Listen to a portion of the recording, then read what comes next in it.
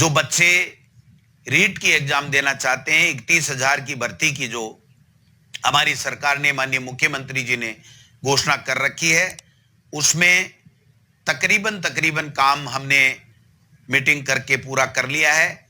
ये मीटिंग की आवश्यकता मित्रों इसलिए पड़ी कि जो पहले रीट टेट हमारी सरकार कांग्रेस के शासन में हुआ करती थी, उसमें 2 एग्जामें होती थी, किसी तरह की ज्यादा कोई दिक्कत नहीं होती थी। लेकिन भारतीय जनता पार्टी की सरकार आने के बाद में रीट उनकी घोषणा के मुताबिक कर दिया गया और रीट के कारण से 30% उनके एकेडमिक जो उनकी योग्यता है, उसके जो मार्क्स हैं, उसके आधार पर दिए गए, जिससे बाहर के प्रदेश के काफी बच्चे, जिसमें कई तरह के ऐसे प्रकरण भी आए कि फर्जी डिग्री लेकर के उसमें मार्क्स ज्यादा दिखा करके और आगे थे, जिसके कारण से हमारे राजस्थान के बच्चे वंचित हो रहे थे।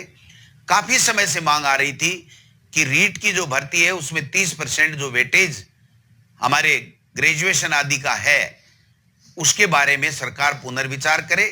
हमने हमारी भावना माननीय मुख्यमंत्री जी के समक्ष रखी।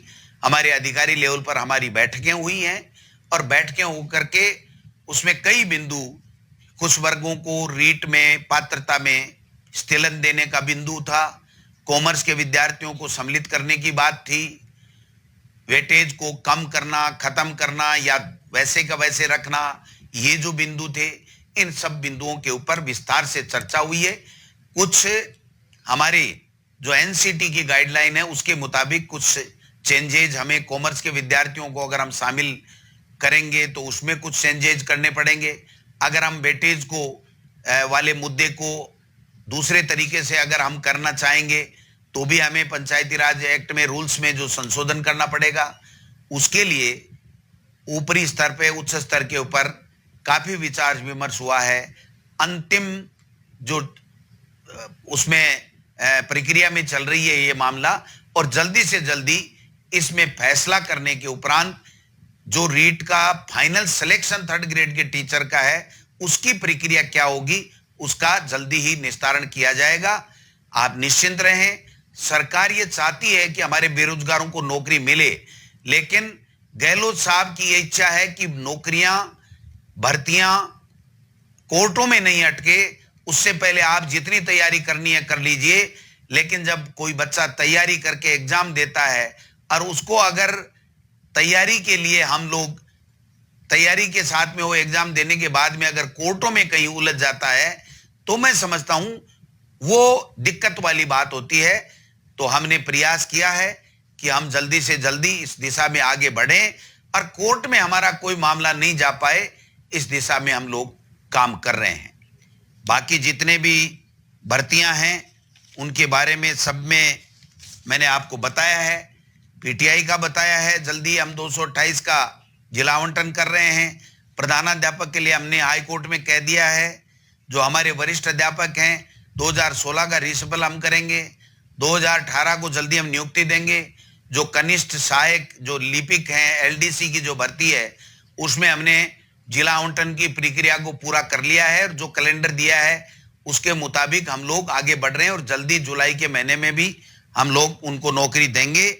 मैं समझता हूं समय समय पर हम सब लोग इन चीजों की चर्चा करें और चर्चा करने के उपरांत हम लोग पारदर्शिता के साथ में, हमारी सरकार माननीय मुख्यमंत्री चाहते हैं कि पारदर्शिता से हम सारी चीजें बताएं।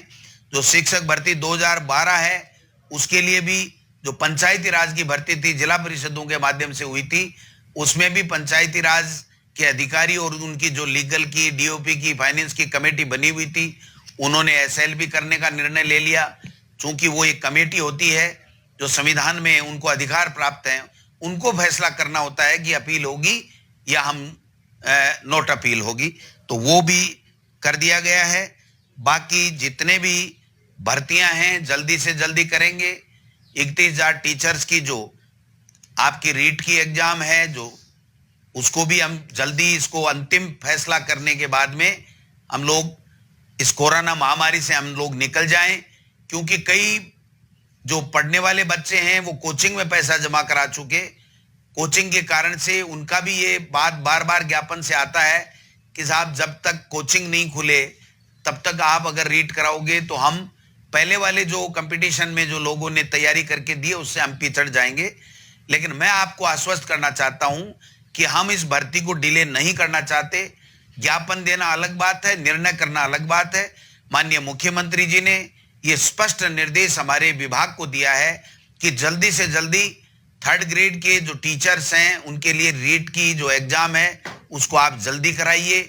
हमारे व्याख्याता जो 5000 की जल्दी से जल्दी भर्ती कीजिए, और जो बाकी शेष 3000 की घोषणा माननीय मुख्यमंत्री जी ने कर रखी है उसके लिए भी हमने प्रक्रिया चालू कर दी है। डीपीसी हम लोग करवा रहे हैं, ऊपर से लेकर नीचे तक के सबकी हम लोग डीपीसी करवा रहे हैं। 2nd ग्रेड वालों को दोनों 16 और 18 का हमने निर्णय ले लिया और जल्दी से जल्दी इनको नौकरी मिल रही है।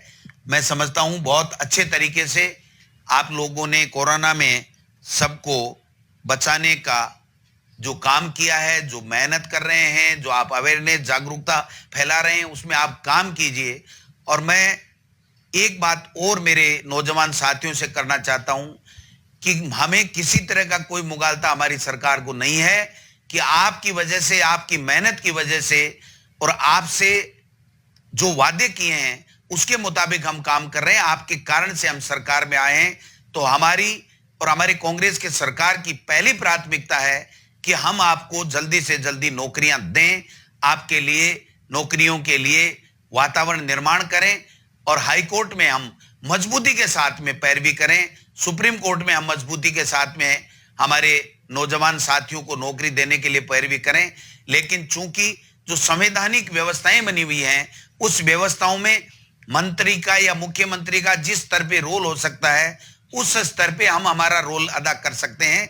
लेकिन जो कॉन्स्टिट्यूशनल जो कमेटी बनी होती है जिसको अपील करने या नहीं अपील करने का जो अधिकार है वो अधिकार उन्हीं को प्रदत्त है, उसमें हम कोई किसी तरीके का नहीं कर सकते। तो मैं समझता हूं इसलिए जो अपील करना नहीं करना इसमें हमारा मंत्री का या मुख्यमंत्री का रोल नहीं होता है। इसलिए ये आपको कुछ लगता होगा थोड़ा बहुत कि साहब ये अपील क्यों करते हैं, हमको नौकरी क्यों नहीं देते हैं। आप समझने की चेष्टा करें, हम बराबर उनसे सलाह करते हैं, हम बराबर उनको गाइडेंस देते रहते हैं, हम बराबर उनसे पूछते रहते हैं कि कौन सी भर्ती की।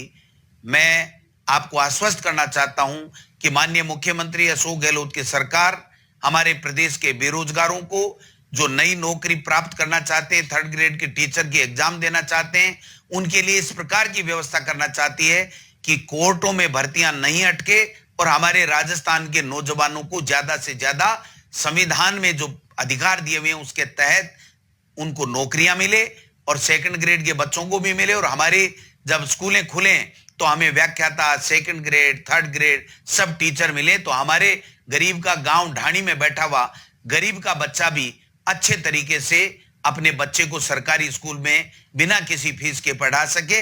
इस तरह की व्यवस्था हम लोग करने जा रहे हैं। आपने जो कोरोना में काम किया है उसके लिए बहुत अच्छी बात है।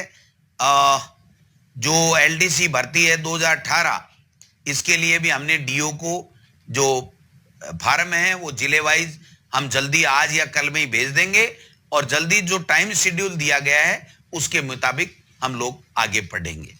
तो आप सबको बहुत बहुत नमस्कार। धैर्य बनाए रखें।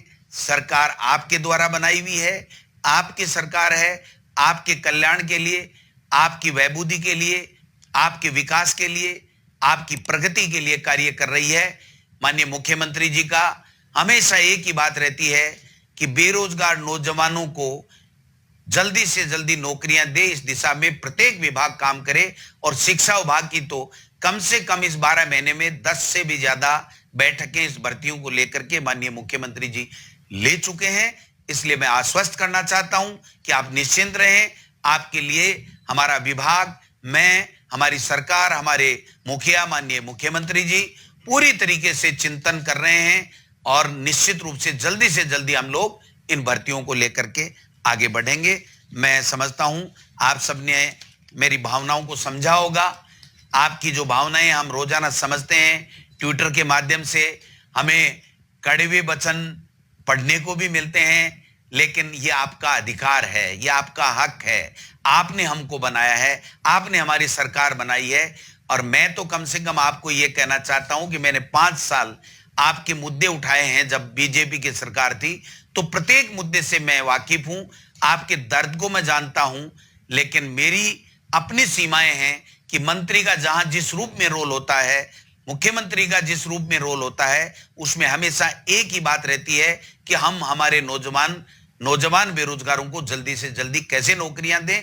इसलिए आप आश्वस्त रहें, रीट भी जल्दी होगी, सेकंड ग्रेड का रिसिपल भी जल्दी होगा, सेकंड ग्रेड की ज्वाइनिंग भी जल्दी होगी और व्याख्याता की ज्वाइनिंग भी जल्दी होगी। जो ही आरपीएससी से हमारे को लिस्ट मिल जाएगी, डॉक्यूमेंट चेक करने के बाद में हम लोग देंगे और एलडीसी की भर्ती हम जल्दी से जल्दी करने ही जा रहे हैं। तो ये जो खुशखबरी आपको मैं सुना रहा हूं, मैं समझता हूं आप जल्द इस भावनाओं को, सरकार की भावनाओं को समझेंगे और सरकार का सहयोग इस कोरोना संक्रमण को रोकने के लिए, लोगों को बचाने के लिए कि संक्रमित नहीं हो, इसमें लगाएं निश्चित रूप से। जय हिंद, जय भारत।